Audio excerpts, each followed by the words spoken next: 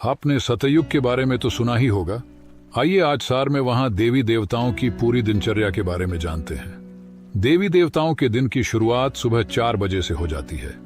4 बजे उठकर सबसे पहले वो नदियों के निर्मल और पोषक तत्वों से भरपूर पानी पीते हैं। फिर पार्क में टहलने जाते हैं, जहां सुंदर पंछियों की मनमोहक आवाज वातावरण को मनोरम बनाती है। प्रिंस और प्रिंसेस अपने मित्रों के साथ खेल खेल रहे होते हैं।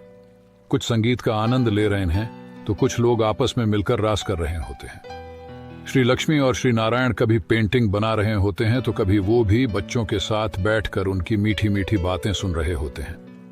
इसके बाद सभी नदियों के तट पर जो स्नान घाट होते हैं वहां स्नान करते हैं। राजा रानी, प्रिंस प्रिंसेस और दास दासियां सभी के अलग अलग स्थानों पर स्नान घाट होते हैं। राजा को दास और रानियों को दासियां तैयार और श्रृंगार करती है।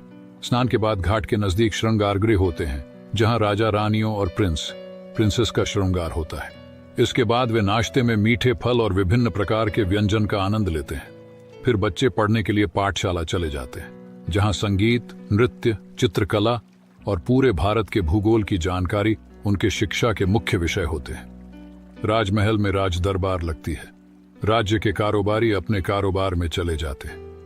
वहां के कारोबार की बात करें तो मुख्य रूप से कपड़ों के कारखाने, पुष्पक विमान के कारखाने, सोने, हीरे, मोतियों के गहनों का कारोबार, सोने की फर्नीचर का कारोबार, गार्डन की देखभाल, संगीत के वाद्य यंत्रों के निर्माण का कारोबार, ऐसे अनेक कारोबार होते हैं। जब बच्चे पाठशाला से पढ़कर घर वापस आते हैं तो फिर सभी मिलकर अर्थात प्रिंस, प्रिंसेस और श्री लक्ष्मी, श्री नारायण डाइनिंग में भोजन स्वीकार करते हैं। ऐसे ही राज्य की प्रजा और कारोबारी अपने अपने घरों पर भोजन करते हैं। इसके बाद शाम को होने वाली संगीत संध्या और नृत्य के लिए महलों की सजावट होती है। दीपक जलाए जाते हैं जैसे कि हर दिन दिवाली होती है। इस प्रकार वहां की दिनचर्या होती है। आशा करते हैं आप भी ऐसी सतयुगी दुनिया, स्वर्णिम दुनिया में चलने का और ऊंच पद प्राप्त करने का पुरुषार्थ करेंगे। शुक्रिया।